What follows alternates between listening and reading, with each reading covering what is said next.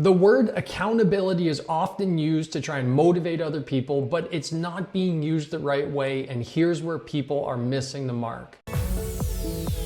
And I know in high-performing situations, the term accountability is often used when someone is underperforming or they've made a mistake. So the individual has made a mistake, is not performing, and they're now being told you need to be accountable. What is accountability? Well, it leads to a feeling of obligation. An obligation, a feeling of lesser than, a feeling of inferiority. That's not what we actually want in someone that's underperforming. What we actually want to be doing is building them up to get back into a headspace where they don't feel inferior and they don't feel like they owe anything to anyone else. Here's where we can change how we're using this word accountability and instead empower the individual by saying, let's be accountable to ourselves, because the greater we are, the greater the team's going to be, the greater our performance is going to be, and likely the more success we are going to have. So how do we deliver this idea of accountability?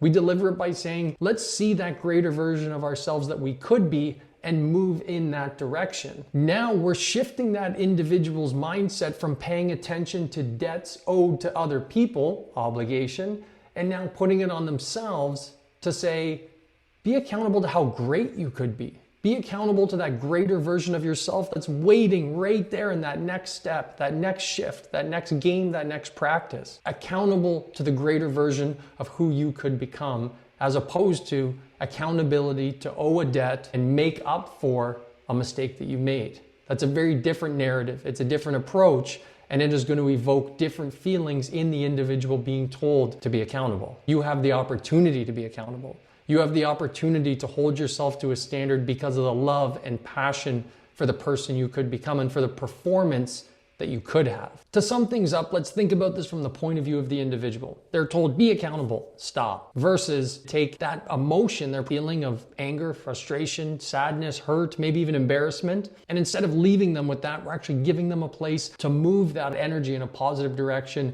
towards that greater version of themselves. So there's two ways you can use this word accountability to motivate others. Comments, feedback, stories of your own, please leave them below. Thanks so much for listening.